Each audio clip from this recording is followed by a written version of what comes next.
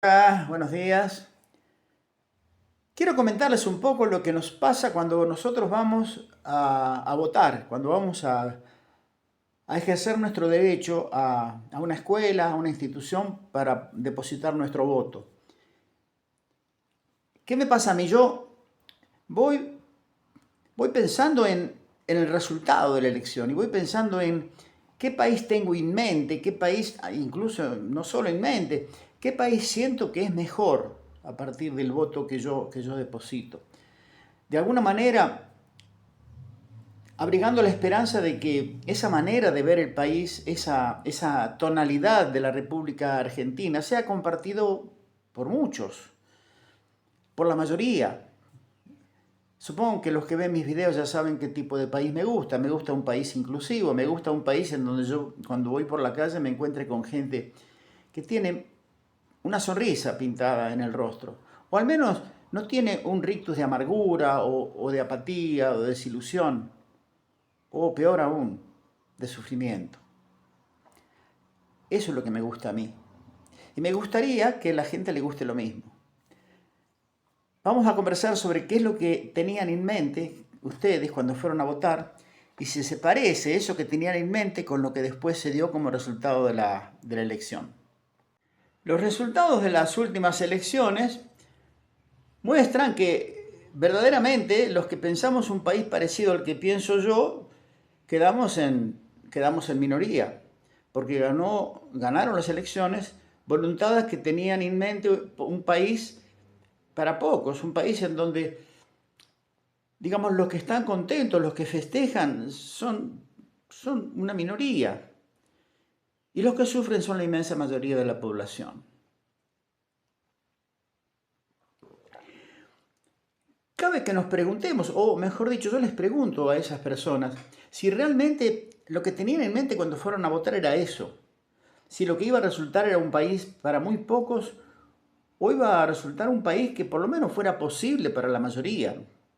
Porque si esperaban lo segundo, es evidente de que eso no pasó. Los resultados de la gestión del gobierno de Javier Milei en realidad son abrumadoramente negativos, no solamente en la parte de la macroeconomía, que es lo que se supone que manejan mejor, sino en todos los resortes de la economía e incluso sobre todo en todos los resortes que tienen que ver con el bienestar de las personas. A todos nos está yendo peor, a todos, a la inmensa mayoría de la Argentina nos está yendo peor. Claro que alguien puede discutirme, puede decir, no, nos está yendo bien, si el presidente y los ministros y todos los miembros del gobierno nos dicen que todo está andando mejor. Bueno, en general siempre todos los gobiernos defienden lo que hacen y no tienen ningún problema en mentir, pero hay algunos parámetros que son bastante fáciles de analizar. Por ejemplo, la famosa inversión externa, la inversión de las empresas del mundo que vienen a invertir en la Argentina. Y yo les invito a que miren las cifras, consulten. Hoy en día el que se quiere informar se informa. Está Google, están las inteligencias artificiales, incluso hay inteligencias artificiales de distintos orígenes y uno puede sacar conclusiones bastante sencillas. Averigüen cuántas empresas se fueron durante el gobierno de Martínez de Oz, entre el 76 y el 83. ¿Cuántas empresas se fueron del país? ¿Cuántas empresas se fueron del país durante el gobierno de Menem? ¿Cuántas empresas se fueron del país durante el gobierno de Macri? ¿Y cuántas empresas productivas extranjeras se están yendo y ya se fueron en el gobierno de Milei? ¿Cuál es el lugar común de todos esos gobiernos? Que en todos los casos fueron gestiones neoliberales, destinadas a favorecer fundamentalmente al capital financiero. Y si se fijan, los funcionarios de todos esos gobiernos, hay una coincidencia de nombres que es verdaderamente asombrosa. Entonces, si la gente era la misma y el plan era el mismo, ¿cómo podemos extrañarnos de que los resultados han sido los mismos? Si analizamos las cifras de inversión extranjera directa, nos vamos a dar cuenta de que verdaderamente solo en los gobiernos nacionales y populares hubo verdadero ingreso de divisas destinado a inversión en fábricas.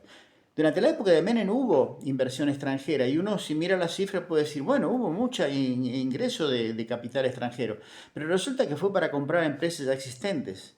O sea, se compraban empresas que ya existían, con lo cual no había ninguna incorporación de nueva infraestructura de capital. Incluso muchas de esas se compraban para hacer negocios propios y terminar vaciándolas.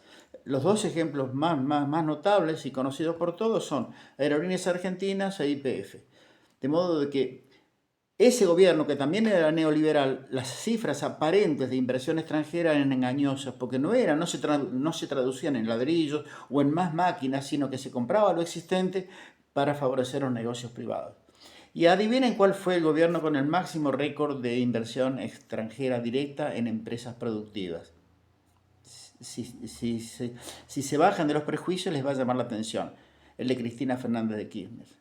16.000 millones de dólares de inversión en empresas extranjeras genuinas que aumentaron el capital privado invertido en la Argentina. Y que por supuesto aumentaron la cantidad de puestos de trabajo.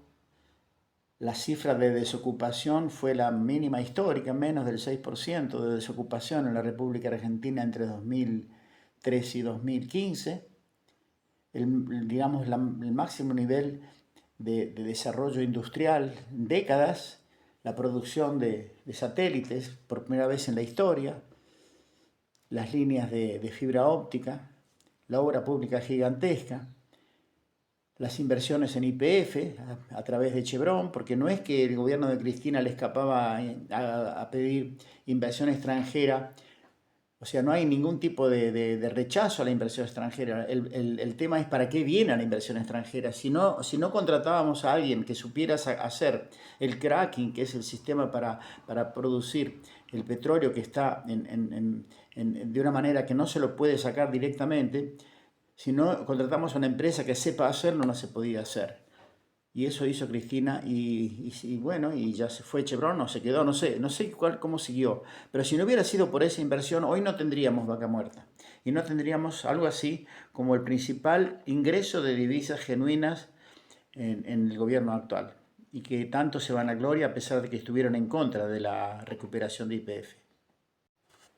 Entonces la pregunta que yo te hago es, en el supuesto caso que vos hayas votado un modelo de país en donde te dijeron que iba a haber un mayor nivel de libertad, la pregunta es, ¿para qué servía esa libertad?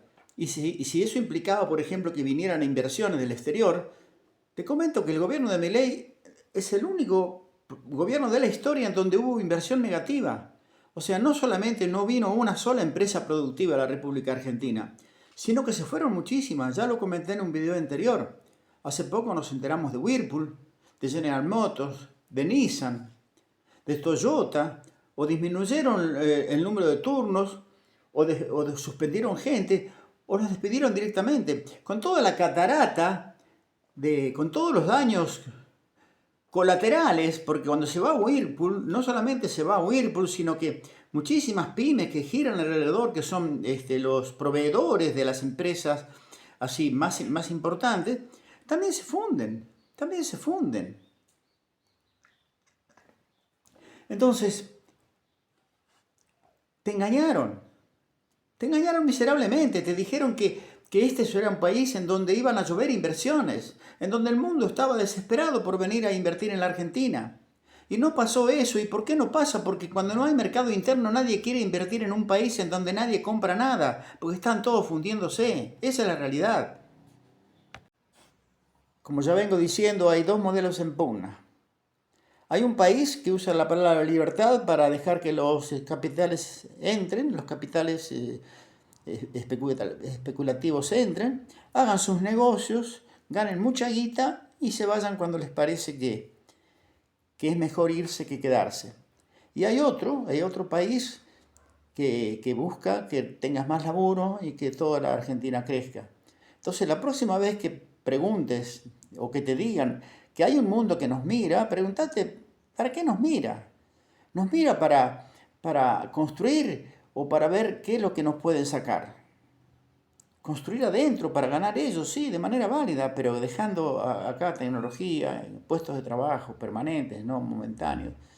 Y no que ingreses para ver cuánto pueden aprovecharse de la Argentina como ese lugar de negocios fáciles en donde cada vez se cobran menos impuestos a los ricos y en donde la penuria para los pobres se incrementa todos los días, porque como los números no les cierran y tienen absolutamente prohibido por convicción personal tocar el patrimonio de los más ricos, siguen insistiendo en sacándonos la guita, la poca que tenemos, a los pobres, que estamos incluso muy cerca de la indigencia.